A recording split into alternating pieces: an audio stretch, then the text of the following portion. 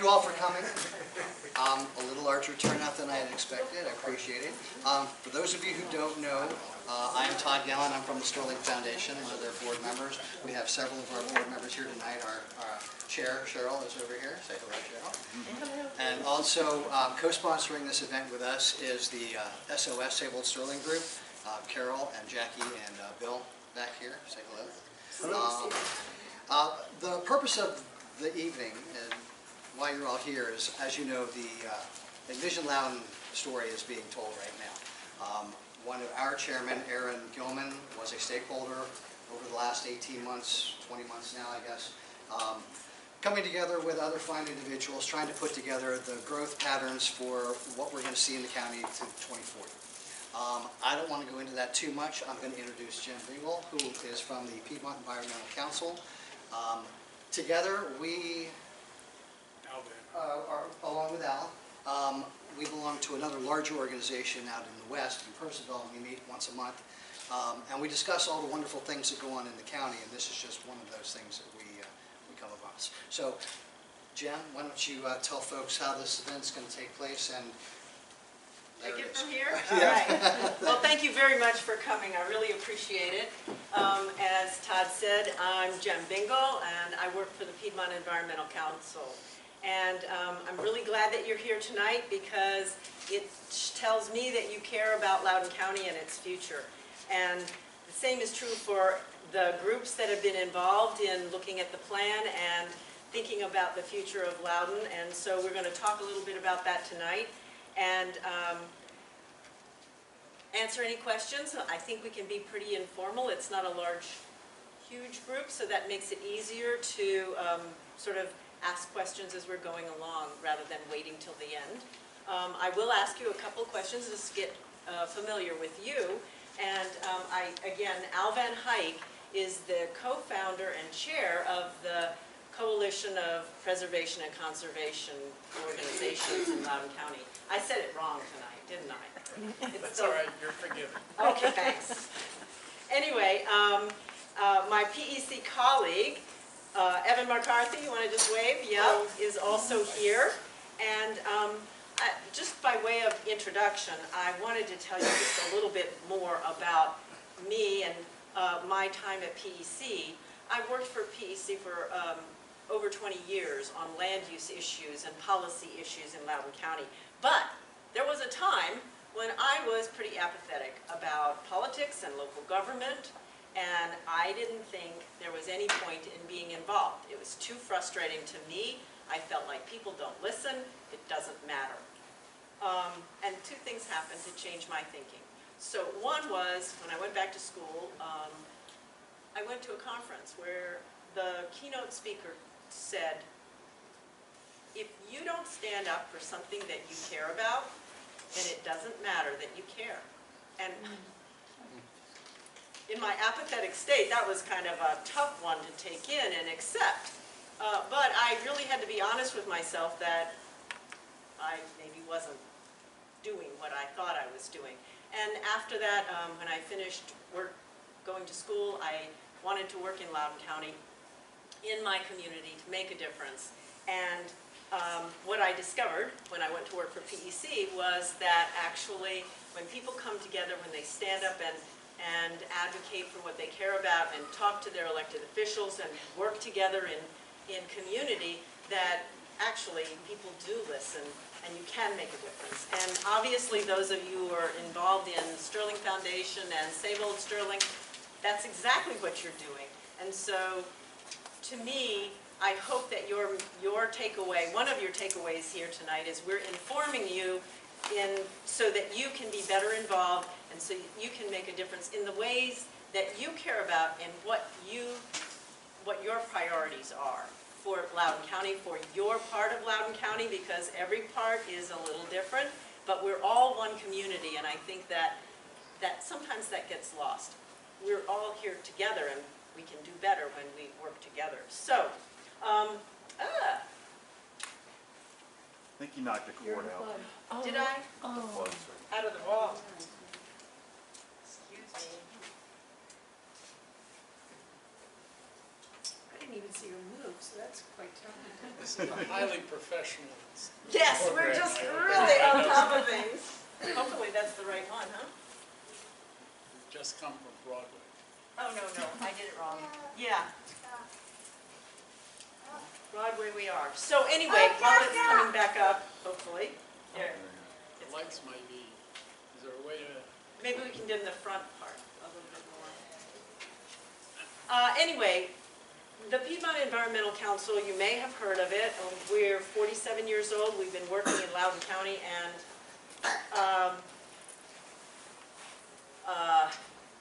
care about the people and places in the Piedmont. We work in the northern half of the Piedmont. Loudoun is in the Piedmont. Actually, the Piedmont goes all the way into Fairfax, but we don't work there.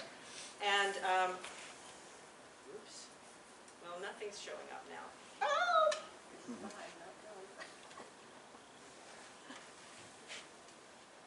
I think I'm in the right spot, but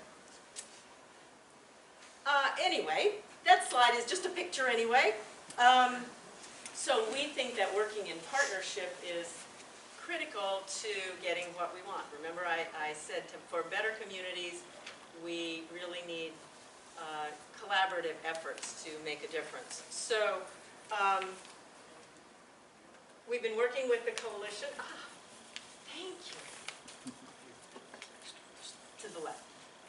I'll get it. There you go. Yeah.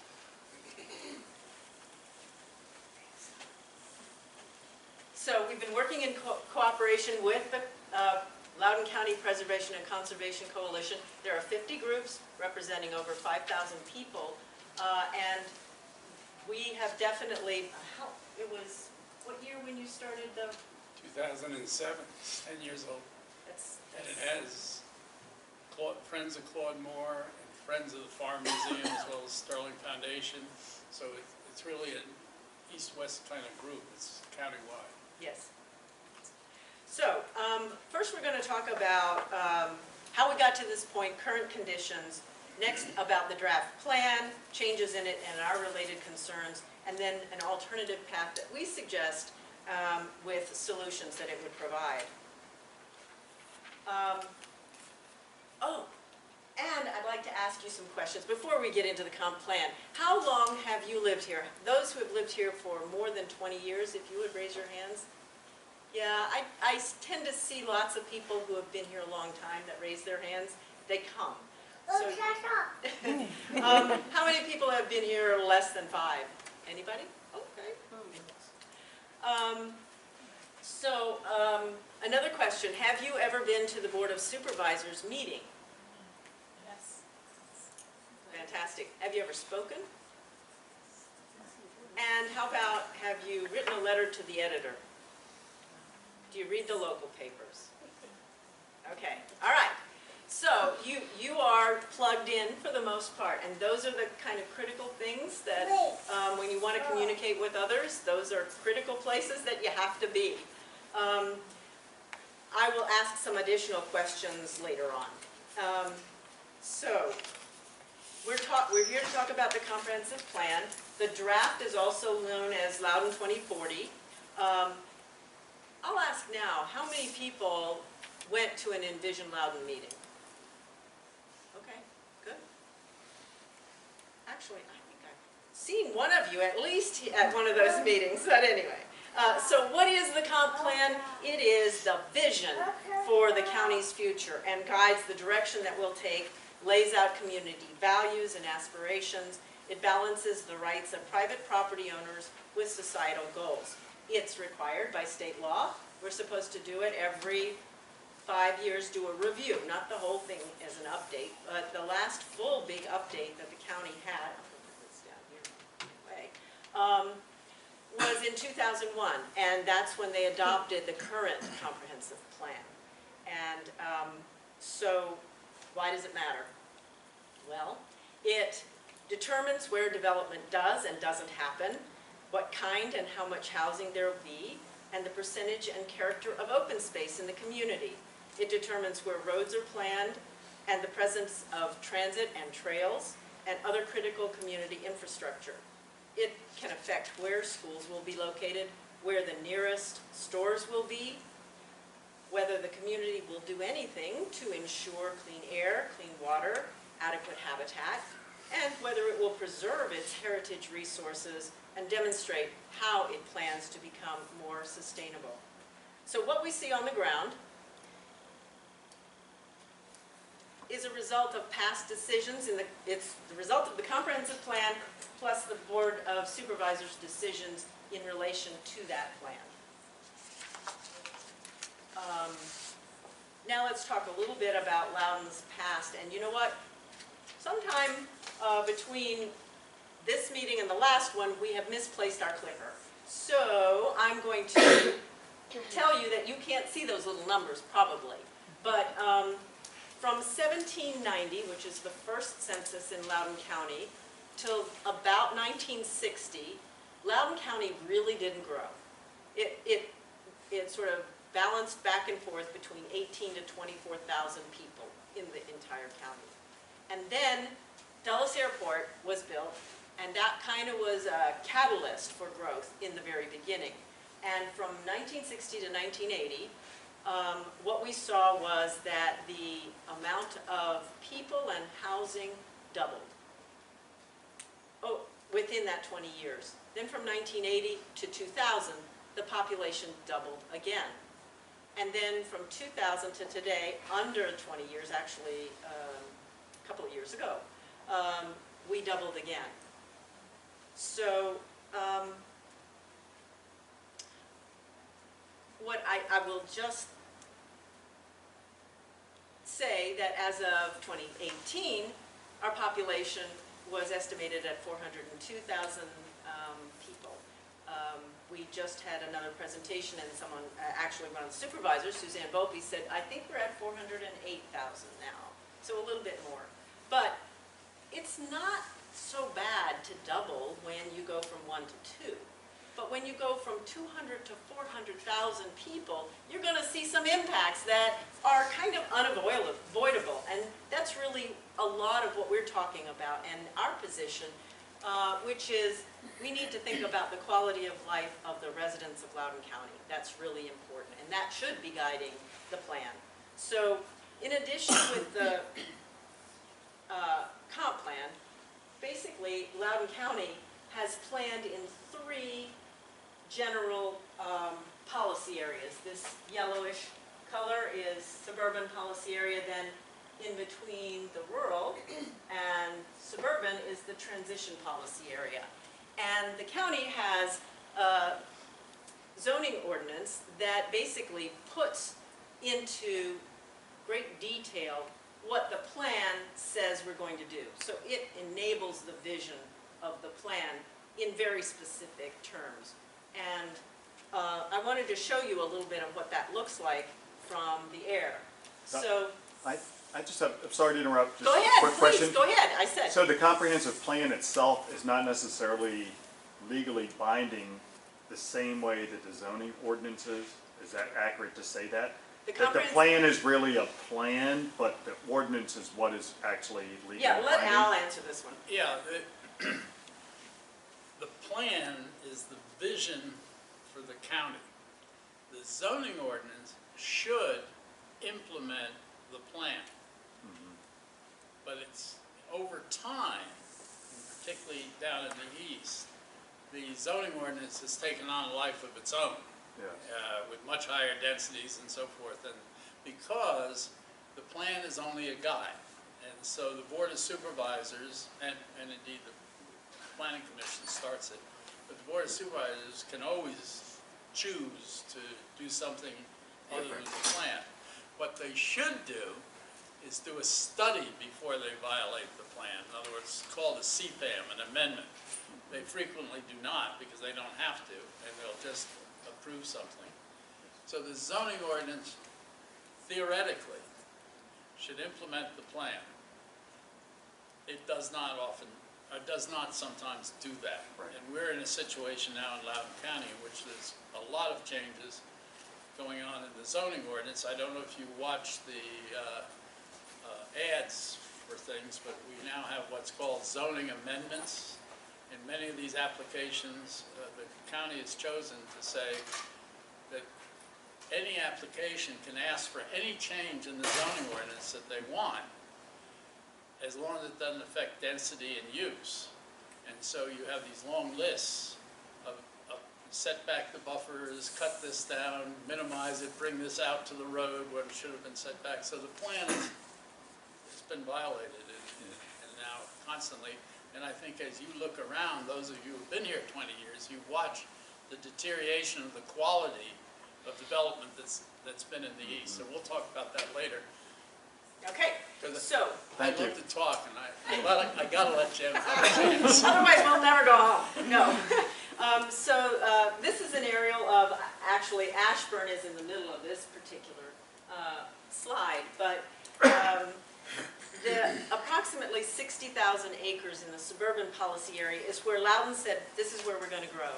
We are going to make this a complete community with the office, residential, retail, everything that people need, we want to have here. And the density of the residential development in the suburban area is generally between 3 to 4 units per acre. Now, Sterling, the old part of Sterling, for the most part, not completely, but wasn't built under an HOA. It was built out as a community. It doesn't have some of the same guidelines that exist today. As Al said, things have changed over time. So today, when they build in the suburban area, the requirement is 30% open space, and it needs to be usable, because we've seen where it didn't always happen that way. In Sterling, Old Sterling, there weren't those same kind of guidelines in place at that time. The transition area, policy area, is 22,000 acres. And it was designed to be a visual and spatial separation between the suburban area, and over here off the map, the rural area. And Goose Creek, I think, hopefully you can see that arrow, runs through that area. And one of the big things for the transition policy area was it was designed to protect our resources, natural and heritage resources, because we have drinking water supplies in this area, and Beaver Dam Reservoir is a supply of reservoir, and then off the map at the north end, we also have Goose Creek Reservoir. They're public drinking water supplies. We need to protect our supplies. We can't put them back if we lose them, so it's really important. And also in the southern part of the transition area, off this map again, are headwaters to the Occoquan Reservoir, which is a major drinking water supply for the region, not just Loudoun County. And so the county said, okay, we're going to have 70% open space in those most critical areas at the north and the south, so that there's not a lot of development. That helps to keep the water quality cleaner and production of clean water for drinking purposes cheaper. In addition, the middle part of the transition area generally is 1 house per 1 acre or 1 house per 3 acres. Then you go to the rural area, and it's big, no question about it. In the northern part, the county said, let's have 1 unit per 20 acres, and in the southern part, 1 unit per 40 acres, base density, but you can cluster and put some more small residential neighborhoods in. In addition to that, you can have large lots and farms, and the idea was really to protect that open space, which helps again to provide the clean air and clean water we need as a developing community and region. Not only is it important for agriculture, food security, and ecosystem resources, but it's important because open space doesn't cost the county anything. Trees and crops and cows don't go to school, so they require nothing in services. And that's really important to the county because it helps to balance the budget, because all of us require more, and I'll get to this in a little bit, but we require a lot. So it's important to offset that. So any questions about that? Any other questions? just for me, you were saying in the rural part, there was one house per 20 acres, but in the south there was, One house per 40. thank you. But- And then the But it's ratio, important to say, you're also allowed to cluster Yes. at 5 acres. And okay, and it used to be cluster at 10, but it was changed by the Board of Supervisors in 2005 to 5 acres, which has doubled the housing from possible 10,000 to 20,000 out there. And, Okay. and it's rapidly developing. And the key point is that Jem made is, if the growth is out in the west, which has limited ball fields and public facilities and schools and things, it's going to set up a competition for taking care of existing problems in the east versus taking care of new problems. So it's a quite complicated I see. situation. So what's the ratio of the rural to, say, suburban transition combined compared to rural? Is it like a 50-50 split acreage-wise? I don't know. Oh, no, there's more acres in the rural area. Okay, so Between the 60 and 22, say 82,000 or so acres for the urban area. Okay. And that Or, includes the excuse me, not transition. urban area, but transition and suburban together, It's sorry. about I'm confused. 82,000 acres and then 224,000 acres of rural. Right, Okay. yes. So, what do we have in Loudoun County in terms of housing units? Right now, existing on the ground, we have 134,000 units in all of Loudoun County. So that's what you see when you drive around, across all of the policy areas. We have another 48,000 units that can be built today without adding any more development potential in Loudoun County. Total. And then, looking at the chart altogether, again, it's probably a little hard to read, but that would bring us up to 183,000 units as of 2040 build out.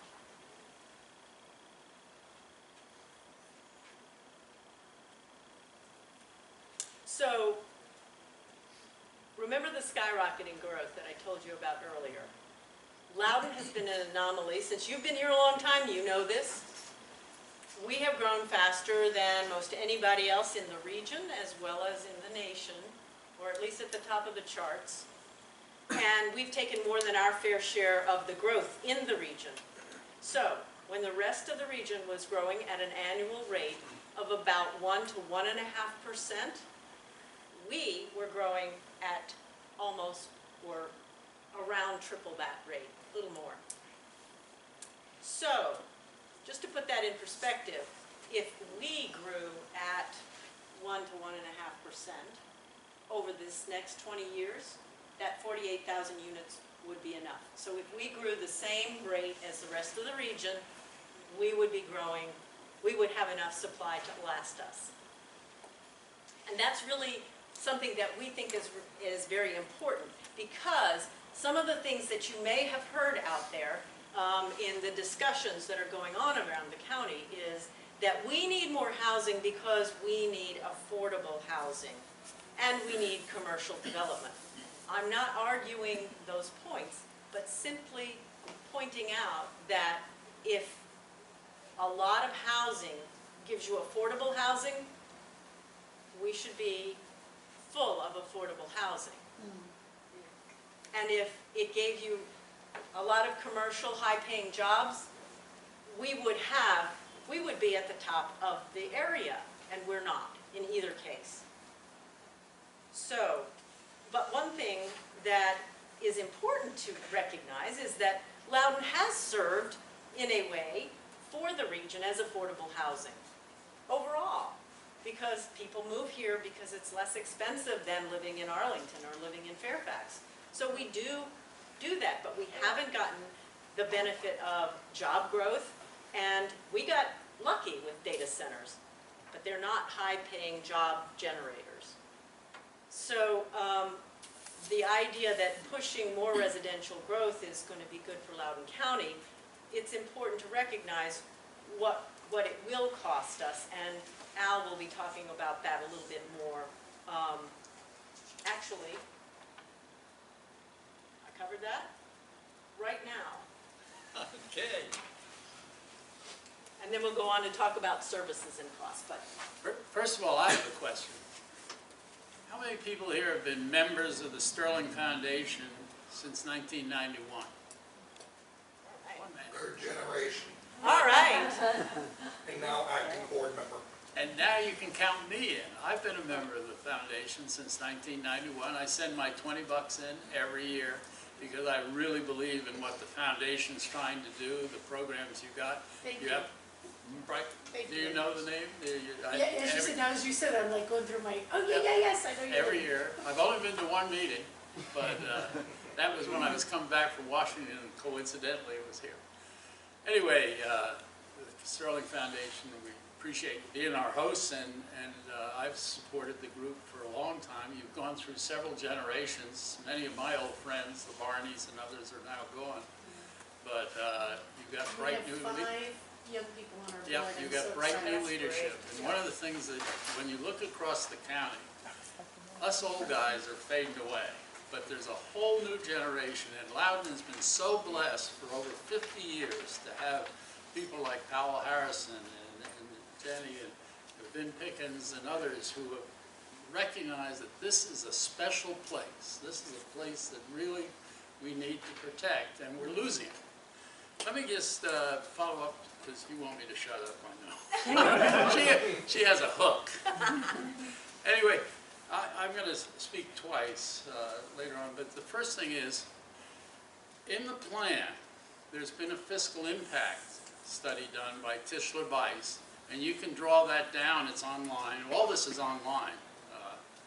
And the Tischler Weiss study is very interesting, because what it has done is it takes what's called the revised general plan, which is actually the 2002 plan, which we did when I was chairman of the Planning Commission, and it compares to the medium level of the new proposed plan.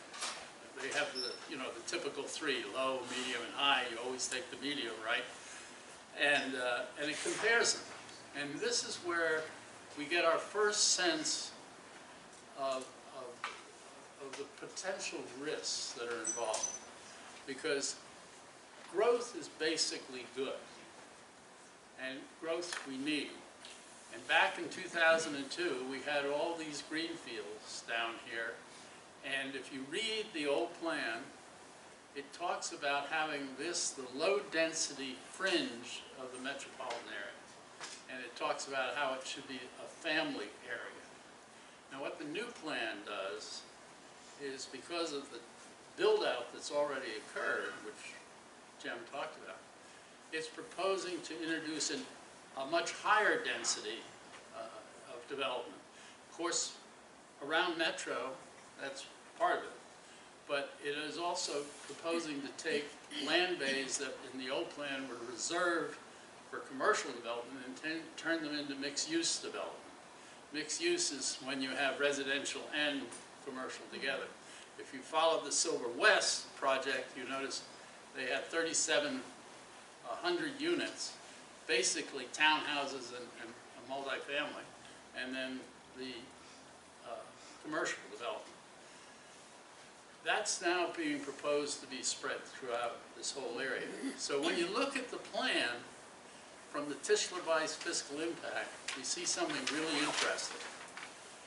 And that is that if you, the general plan that it has, which Jim quoted, which has all this built-in housing growth already, you subsume that into the medium growth and you come up with a net. What is the new growth that's proposed in the medium that we don't already have on the books? And then you look at what it's going to cost. And this is where it gets interesting, because to support the new medium growth plan that's in the plan is going to cost $5 billion more of taxpayer capital investment in schools, roads, libraries. This beautiful library here, for instance, $5 billion more. And it projects a generation of new revenue to the county of only $5,194 million over the 20-year period. So what you're talking about is a very small return on the investment that the community is meeting. And what do you get for that money? Well, the differences are this. You get 28,500 more houses, 85,000 more people, 18,000 more school kids, and employment of 16,000 more jobs. And then you look at the net square feet of commercial, and this is all in the Tischler Weiss. You can pull these numbers yourselves and check me out. They're proposing 10 million, or close to 11 million additional square feet. And then you look at it, and you see right in their tables that all the high-value jobs are actually covered with our revised general plan. And what we're going to get is much more service jobs that will serve the new housing, which is the restaurants, the bars, the nail salons, the barbershops, and things. In other words, it's retail. And the question I think we all have to ask is, that creates even more demand for workforce housing. So growth is good. We want growth. We want to get it. But if we allow growth to accelerate beyond our capacity to service it with a very low rate of return, then we have a problem. And we'll talk more about that problem later. But the fiscal impact study is really important because somehow we've got to find the right balance to continue to grow. Because nobody wants up here to say, hey, no more housing and so forth. But we've got to do it at a capacity that our public facilities and services can maintain and have the quality of life that we want. And I'll pick that up later when we talk about the detail. So, going back to our current plan and our current situation, over this 19 years that we have been experiencing growth since 2000, the county budget has grown by about 10% a year. And theoretically, developers pay for all the capital costs associated with the growth. The infrastructure, the schools, roads, libraries, and all that, through the proffers that they pay. But the reality is that it rarely covers all of those costs. So that's one way that the county has to make up the difference. Then there's the actual operating costs. And what I mean by that is for every household paying taxes in Loudoun County, they pay $1 in taxes, they get back $1.62 in services. That's because it costs more to put the schools, the roads, the libraries, the fire and rescue, and all those services in place. It's just the way it is.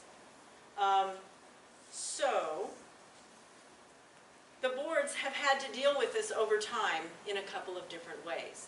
How have they done that?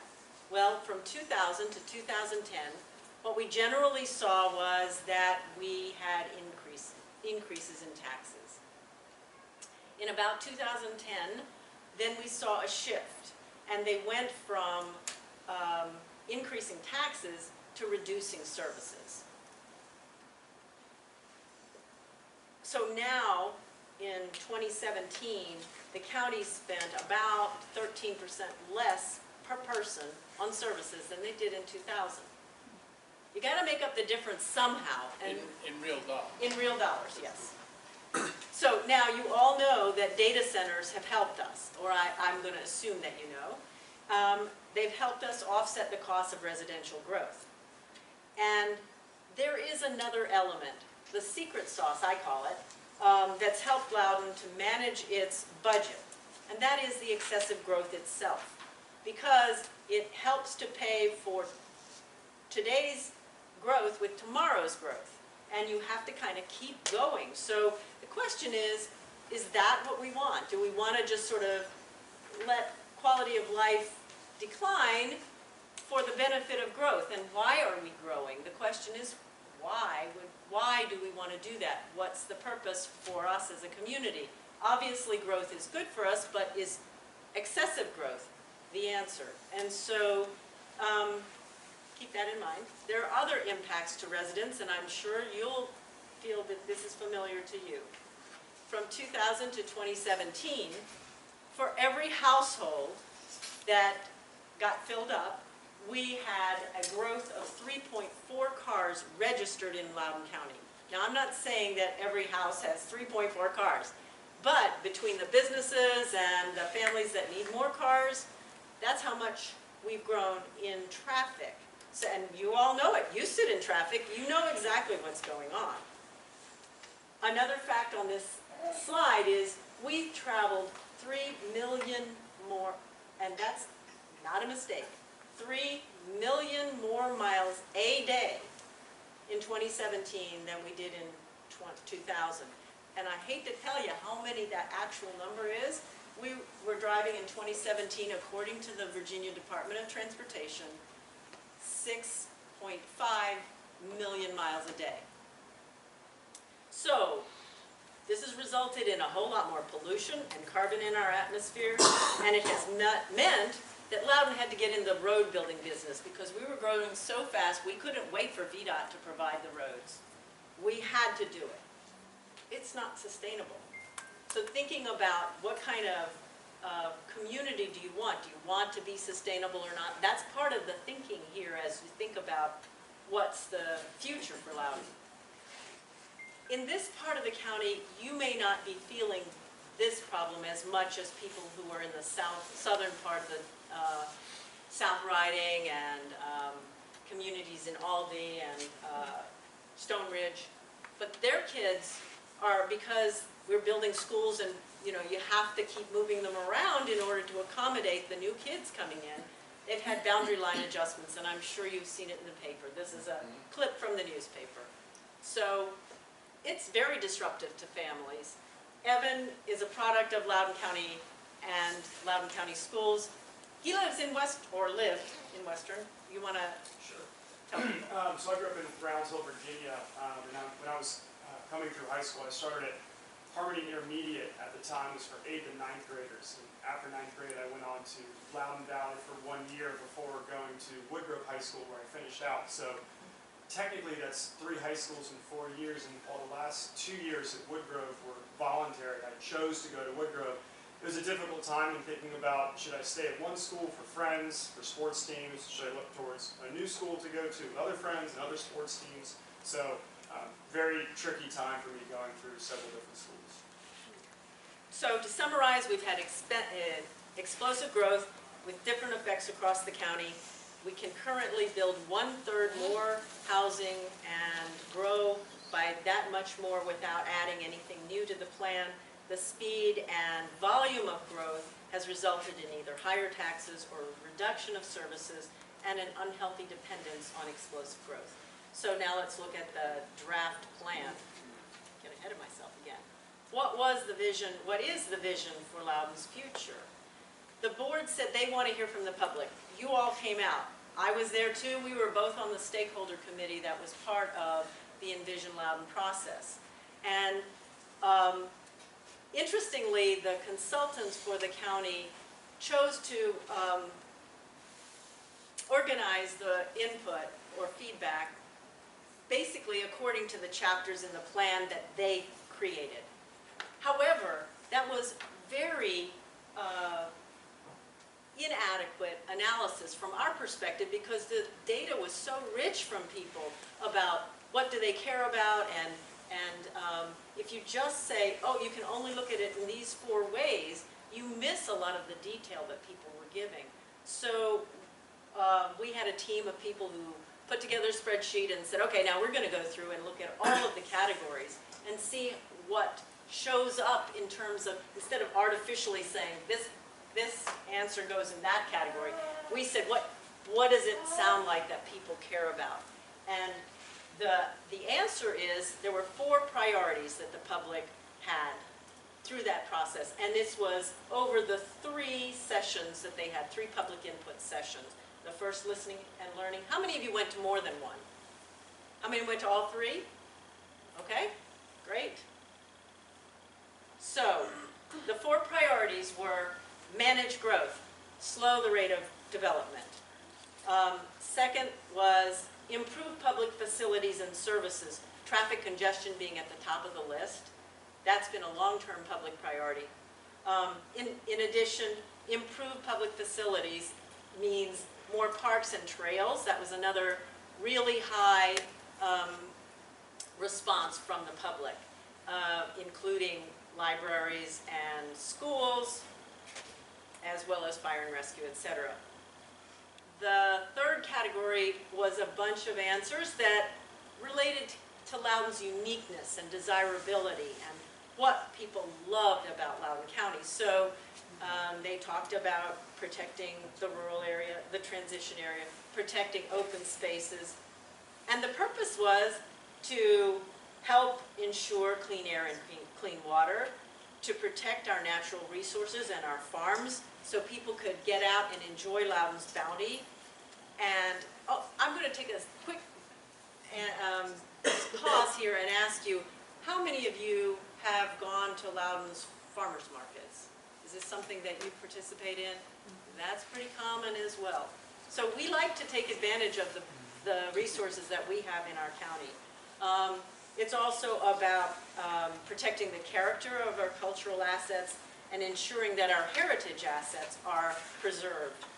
The fourth category was that the public says we want responsible fiscal management and accountability.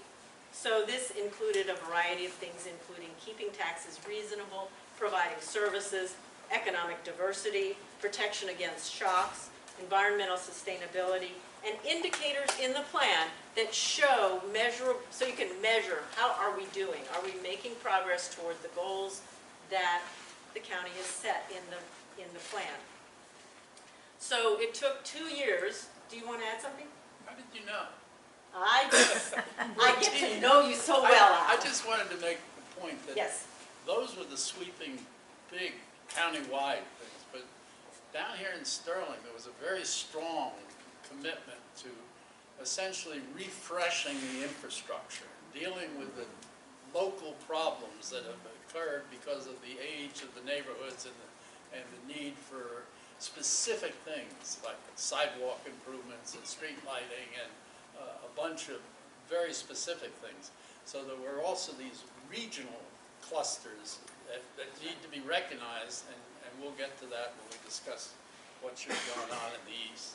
Right, and I did want to mention, I wasn't sure where to mention it, but I think it's important for you to know that when those services have not been provided, the people who have seen the least advancement in all the services, or you have a deficit. The deficit is the greatest in our suburban areas. They haven't kept up there because of all the growth. They sort of have to take care of the new schools and roads and all of that, so it's detracting from the areas that are built. So that process of Envision Loudoun and the stakeholder process took just about 2 years. We came up with a comp plan draft, and then they did another one again in October. There's the Planning Commission is now working on a third draft of the plan, and it will be released to the Board of Supervisors this month, This Friday, this Friday. they vote on it next Wednesday, the 12th. The Planning Commission, yeah. Planning Commission votes, and then it goes to the board on the 21st. But Right. you can go online, presumably on Friday, and pull down the whole new final draft that's going to be voted on. Right. Now, I did hear today that the calendar may be changing again as far as what the board's specific meeting dates and work sessions are going to be. So that's something that you can also find online it's not right there right now, but I think they're making changes and it should be available to you online. So I guess my question right now is to take a break and say, what do you think? Do these priorities that the public, that we saw coming out of the public's opinion, match your priorities? Do you have other ones that we've missed? Do you disagree with anything? Yeah. Well, I'll say, you mentioned several things, managing growth, and then specifically just now talking about how our Sterling facilities are outdated. Sterling has many wonderful things that many places in Loudoun don't have, like Yes. Floodmore Park and all of these things. But it's true, I personally have always sort of resented the fact that of all the libraries, this is a beautiful tenant fit out in a rented space. And of all the libraries in all of Loudoun County, this is the only one that's rented. So every other one is owned by the county in some manner, and it's a brand new building usually, or a historic building. One very far out in eastern or western Loudoun is like some historic building. But I felt like we kind of got stuck with a rented space in a strip shopping center, and that's, you know, the best that they could come up with. And Al is actually going to talk about this kind of issue for suburban Loudoun residents as we look forward Okay. with the growth. Yeah, so I mean, that I agree. You were saying, do we agree, disagree? I agree with you that our facilities in this area, some of them are very nice and they are being well taken care of. I feel like the parks in Sterling, one of them right down the street is just getting all new playground equipment. Clodmore is very nice. It's got beautiful facilities. But others are just kind of sad and sort of left behind. I feel like our schools and our library have been left behind as they provide new facilities for all the new residents out in the rest of Loudoun. And we fund that development with our taxes. I do agree. I am very pro-growth. I feel like growth and people need a place to live. You can't just shut the door and say, you can't come here. We don't have anywhere for you to live, so get out. That's not going to happen. That's not even legal. So people come here looking to fill jobs that are in this area. Loudoun is very affordable compared to all the other places around. And it's close enough that you can work in Tyson's or Ruston and actually afford a place to live. I personally advocate for more high-density development and feel like the county should continue to develop town center-like development, but even higher density than what they currently have. So, or encourage developers to put in higher density development, include affordable housing as part of that, just all those things. Because when I first moved here, finding a place to live on our very tiny salary was miserable. So it was just miserable. Right. And now I make more money, I can afford a house, but it took a long time and I'm very fortunate. Many people are not that way. Well, I think you bring up a really important point. We didn't focus on it yet, but we will in our recommendations because it actually did match with what the public said, which is what you're saying, focus high density growth Oh yeah. at Metro. So we'll No, talk about it more. Okay, I would say Metro is not good enough. It's nowhere near us. Oh. Okay, it is nowhere near us, so it's useless. For Sterling and going down Route 7 all the way up to Leesburg, there's a lot of development there. It could be much higher density, and it's not. They could have 4- or 5-story apartment and condo buildings. The county could allow those kind of things to be put in. It would not have any detrimental impact to Western Loudoun. It would concentrate development here. But saying that, oh, well, we'll put all the development at Metro is just not good enough because it's nowhere near us. So that's it. Okay, thank you. Anybody else? Yes. I'd like to say a couple things. One thing is that I'm with you 100% in what I've heard, and I believe in the values or the vision or whatever that you've presented. I'd say that I'm a little bit cynical. I went to some of the Envision sessions. Yes. I'm a bit cynical about them. I felt like I was getting played sometimes and I really wasn't being listened to. It was more an exercise to say that we solicited people's viewpoints, and I don't know if that's accurate or not, but that's just the way I got, the feeling I got. And there was talk, and I hate this term stakeholder.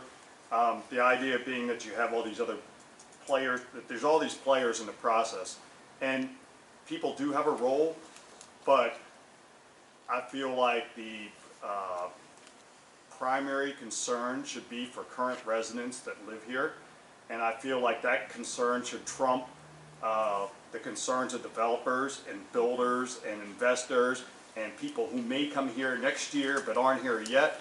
And I didn't get that warm and fuzzy feeling like they're more concerned for me and the other people that live here as much as all these other people.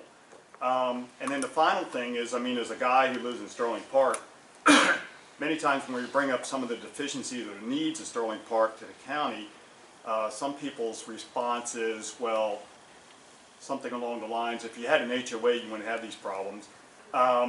You know, kind of blaming the victim kind of thing. And I feel that the county has an obligation to us, and if we don't want an HOA, we don't need to have one. But sometimes that's the solution, you know, that's pointed out. You know, if you had one, they take care of your problems. And I go, no, I pay taxes. You know, That's right. you owe us a certain minimal level of service. Yeah. I Did just, you want to respond? well, I'd just like to draw a quick contrast, because that's really the debate that's going on right now. That the Chamber of Commerce, the economic development groups, business groups of all sorts, really envision that the best course for Loudoun is continue this growth. And then there's the view that the gentleman just put forward, which is the real priority is the people that are here, and the people that are here need their needs taken care of. But we have this tremendous outside demand, and the studies that have been done by the county show that there's a tremendous desire to develop in Loudoun and build in Loudoun. And this is the problem of where do you draw that line? And that's what the plan has got to eventually find between what you've just suggested is in fact what the plan says, which is mixed use all the way up Route 7, all the way down 28, literally thousands of more units. But then you look at the Tistler Weiss study and it says, hey, where are they going to go to school? Where are they going to, where's this transportation? All these new houses generating traffic on Route 7, which is already a problem. Route 28 is already a problem. You've got wonderful, the Board of Supervisors that represents you in the East, the mix of the supervisors, are spending already in the next 6-year plan $1 billion on roads that weren't built by the developers, that are deficits here in the East, mainly in the East. And so this is the balance that really needs to be thought through, is how do we continue to grow? How do we keep our economy viable? And at the same time, not have this problem, which is huge deficits. We have lots of other analysis, but one of the interesting bit of analysis is how much deficit in parkland and trails and facilities are down here in the East. There's huge deficits according to the county standards that will never be built, and yet we're now about to say, let's keep it going. On the other hand, and I like to use this example, one of our meetings that we had for a while ago, guy got up and he said, I run a heating and air conditioning business, so the more housing we have in Loudoun, the more customers I'll have. And that's a valid point. I mean, it's a valid point.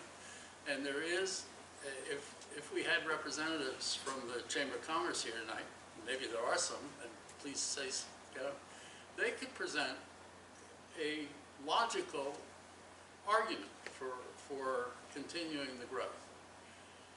And so it's a choice. And that's where the Board of Supervisors is going to be asked to how to balance growth. And what we're saying is we want growth, we need growth, but it has to be supportable by the county, by the facilities at a time so that the existing residents have their needs taken as the priority. Yes, Well, Pat Turner, I believe. yeah. Well, as a point, though, you were talking about the plumber and the small businesses. You know, the data centers, as much as they give us, the property is unbelievably expensive. They're paying for that. And so the little plumber is not going to have a place to set up business because... I was over in Yeah. Fauquier County, and the Fauquier County people are saying all the Loudoun small businesses and tradespeople are moving over there because they can no longer afford to run their businesses in Loudoun County. For those who were here in 1991, when the big recession was here, you could buy any acre of ground in eastern Loudoun for $100. I mean, they were all going back to the RTC, remember? All these were bankrupt projects. I missed out. I should have come down here and planned at that time, because now, It's can you about believe $1 million an acre Yeah. for land over at the Metro?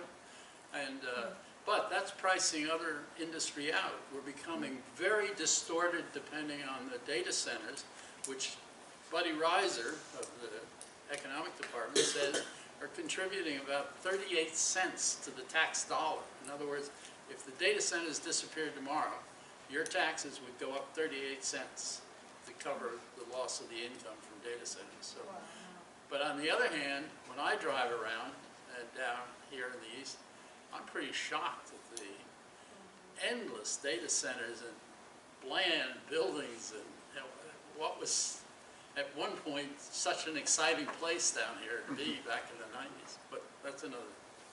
Yes. I just wanted to point out that I think this library is in a great location for the community that it serves.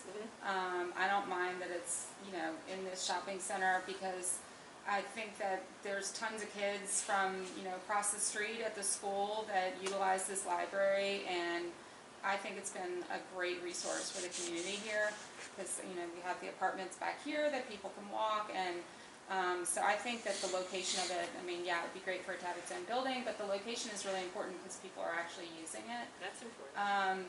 Another thing that I wanted to point out is that I've lived in Loudoun County since 2006, but I chose to purchase here in Sterling Park because I did not want to have an HOA.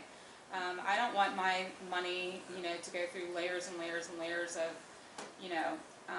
whatever to pay for a few trees out in, some common area. I also appreciate that my road doesn't have streetlights. I'm kind of an anomaly, I guess. I prefer the dark sky idea. I think it would be great to have something up and down Sterling Boulevard, but I do not want a streetlight on my street whatsoever. We don't lose electricity here. I've been here for 40 years and we never lost electricity during a storm. I actually intentionally, I could have chose to purchase elsewhere, but I chose to purchase in Sterling Park because of, certain things. And I also agree that I think that that any growth that we have should be, focused on density, and it should also be, the type of growth that doesn't automatically require somebody to have a car. Because I think in terms of younger generations, I know I have adult children. My daughter doesn't own a car, and there's lots of young people that choose not to own cars, and I think, if we want to be forward-thinking and long-term thinking, we need to think about, growth that isn't going to require everybody to be sitting on a car, because we're never going to be able to build enough roads to accommodate that. And, we also need to think about, including housing that's going to support the people that do run the services that all of us use every day, because we need people that can fix things and clean things and do things, not just these data center people in our community. I was fortunate that I had a pretty lucrative career up until I chose to go back to grad school and do a public service position. So I bought my house before I did that. I could not afford to even rent a place now working as a public employee in Prince William County. I couldn't afford to live in Loudoun County on the salary that I make now.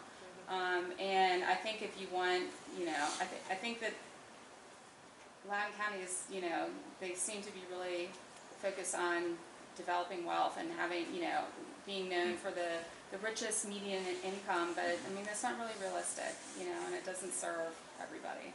Well, one of our other people who's been working with us talks about what do we want to be first in, and I think that's the point that you're getting at, really. So, I would just like to say that this is a widespread opinion. Yes, it is. And yet, in terms of real terms, to bend the curve for housing, to really provide affordable housing at this point in time, is extremely difficult. The county should have a robust housing program. But right now, if you look at the plan where it talks about there's it talks about all these incentives the county is going to give to the private sector to build workforce housing. And the development community basically doesn't want to build it because the profit margins are not there. And so with all the housing we have in place and the need, the demand level is 11,000 workforce housing units are needed right now. And what I said earlier about the creation of more housing generates more jobs that need workforce housing. So we really have a very complex problem because this is not any longer green space, and it's going to be really hard to build this. I mean, people, one of the things that shows up in the citizens thing is they say, oh, we need a place where my son can get an apartment that he can afford, or daughter, and then we need a place for my mother and father to retire to, and so forth. And it's true. But the reality is we have made a commitment in this county to be rich. And it's going to be very hard to bend that curve at this point when you've already got 134 houses, 134,000 houses of a different sort. It's going to be a tough problem. But that doesn't mean we shouldn't be trying. And I think that we have an opportunity, particularly in the transition area, to when that builds out, there's right now a commitment of 6,000 more houses could go there, to really put some requirements on that it respond to some of the unmet housing needs in the county. It's going to be tough. So just to add on to that, I think that everybody recognizes that affordable housing is not just Loudoun's problem.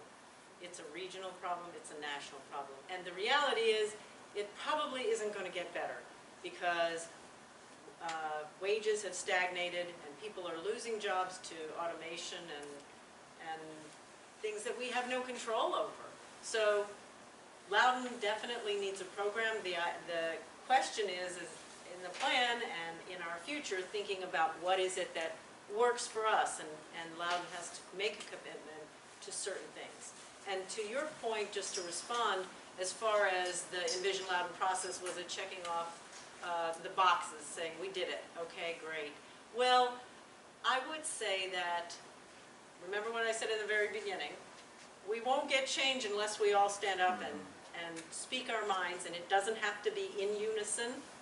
Everybody has a different opinion, and I think that it's that richness of opinions that make for a good plan and helps guide the Board of Supervisors. They haven't gotten it yet. They will get it. They will have to make the tough decisions in the next couple of months. And so that's why I'm here. That's why he's here, to say, speak up, let us know. Not us, but the county as we go forward. Yeah, Carol. I have a question that, it's called a plan, it's not a policy or an ordinance. How can we as citizens make sure once we get a plan that we really like, that it's followed? Well, it's the same thing. So board members make decisions all the time about growth, about where they're going to put resources, and all of those things. Citizenship is not something for the faint-hearted. Really being civics involved, it means paying attention, like you all are, but probably take it up a little notch. So it means you have to pay attention, and you have to let the board know, decision makers know, when they're heading what seems to you to be off on a tangent that's not going to get where the plan says we want to go. But the point is the plan reflects what the community wants in clear language and specific policies. Then when the constant pressure to deviate from the plan, the citizens have the plan to fall back on and to quote. And we've had that work successfully in a variety of situations where the citizens have risen up and said, no, this is not according to the plan, and the Board of Supervisors has backed down. Some are small, like down in Kincora, the battle that I was involved in, is one of the greatest blue heron rookeries anywhere. It's a treasure. And it was going to be knocked down, but the citizens rose up and said, no, look at your green infrastructure policies, you need to protect this, and finally the developers did, and it's there today. So the citizens have a voice, but that constant vigilance. So you have to kind of be vigilant even All the time. all the time. But yet there's other forces trying to circumvent, Yeah. and then maybe you're told or Well, not told what's, what's It's not, going on. I like to be really clear that there are two legitimate concepts, because in America, growth is good. I mean, it really is, and it's good for me. For instance, I have a 50-acre farm that I bought in 1969, back when 7 was a 2-lane road, and we went by Sterling and said, why would anybody live way out of here? Because I was living in Washington, and we were restoring the farm as a family project because we were worried about our kids and drugs, but that's another story. So we bought a place to take them out and get them out of the city. Anyway, it's a legitimate position because, for instance, if I could convert the density of my farm, which is now would permit 9 houses, to say townhouses, my farm is valued at $10,000 an acre. It would be $100,000 or more if I could sell it for townhouses instead of there. So there's a tremendous pressure all over for out there in the transition area where the big battle is going to be. We're finding already land is turning over with people buying it in anticipation that they're going to get this additional 17,000 units to build in higher density. So it's part of the American way, to have this, and it's legitimate. And the question is, how do you balance it?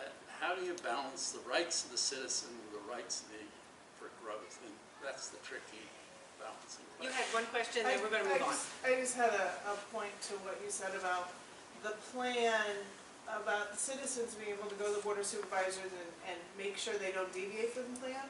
But also if they're doing something of the plan that we didn't really realize was happening, on the same note, we could completely change what that plan says, because it's not a law or policy. Is this a plan amendment?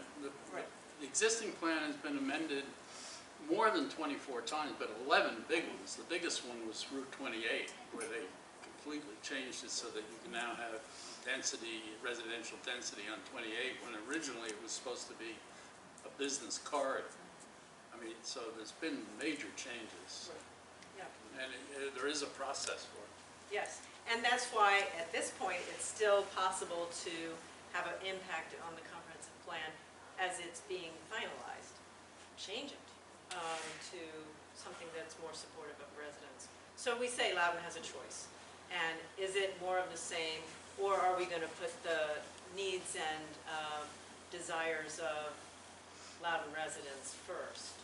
And we think that the plan is for increased residential growth at the expense of Loudoun residents. And that's not just our opinion. If you read the local papers, you might have seen this particular editorial. I think each of the papers has had something about this question of, is it going to take care of or sacrifice our quality of life? There are definitely things that are positive in the plan, but what is in the draft? Are the public's priorities in the plan? Does it manage growth or perpetuate it? So we think that it allows too much growth and it's too flexible, bless you, in guiding that growth. So one of the things, there's a lot of text that goes along with the policies, strategies, and actions, and that's really the roadmap that says this is how we want to go about accomplishing all this wonderful stuff that's in the text. The text, contrary to being that thing you can hold on to, is just, it describes the vision, but it doesn't say how. The policies, strategies, and actions are the roadmap. They tell you how.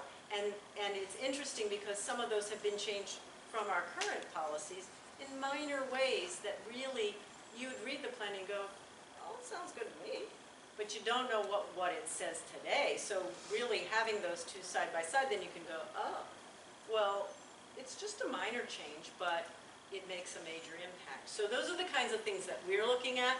I don't expect all of you to sit down and basically go back to school to understand the plan and all the details and everything, but we do hope that you will be informed. We can share information with you and you can speak your mind. You don't have to be policy wonks or experts at all. You just have to say what it is that you care about and that you want to see those things in the plan. Yeah? I have a question. After seeing what the inputs provided from the public to the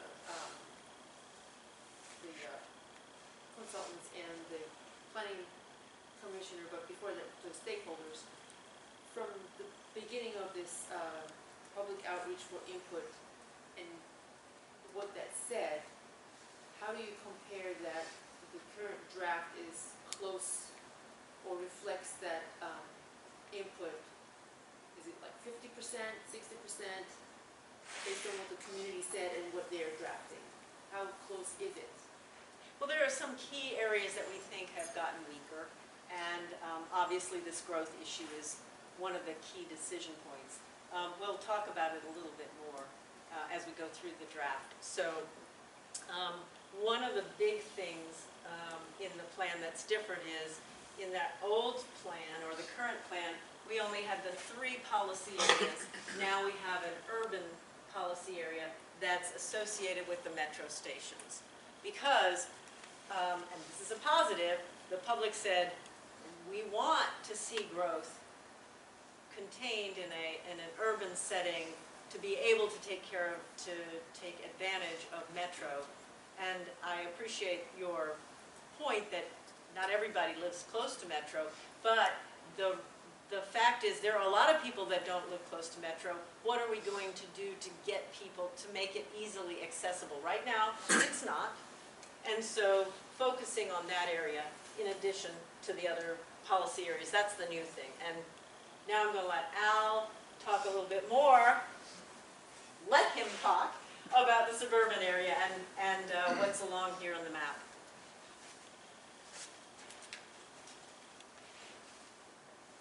This is the map of the plans map for the future of the suburban areas that now exist. And the lady back there, you'll be pleased to see, all that purple is mixed-use density along Route 7 and down 28 and then over on Route 50. And for those who commute by car out of the county, you know that Fairfax does not accommodate our traffic on their proposals. So what we have is these huge bottlenecks on Route 50.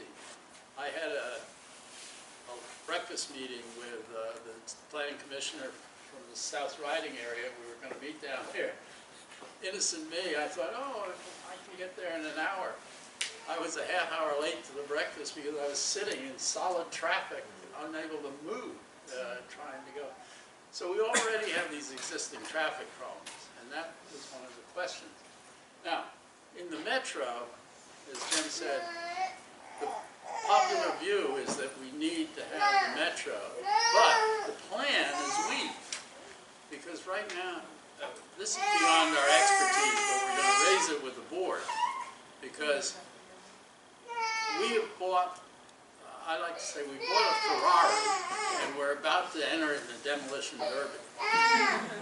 This is a really expensive, it's going to cost the taxpayers at least $1 billion, because every time an escalator breaks down in Coupon Circle, 4.8% of the repair is going to be paid by us as taxpayers. So we have a very expensive proposition. Plus, everyone who's commuting on the toll road is paying $3 a day in metro fares. So the argument we're going to try and make, though it's beyond our expertise, we're not really saying, is the Moorfield Station, or Ashburn as it's now called, in Gateway, has to be, in our view, something exciting for the whole county. It shouldn't just be housing and retail and so forth and pile them up no matter how high. We need, since all of us are going to be paying for Metro, we're going to be arguing with the board that they've got to step back and say,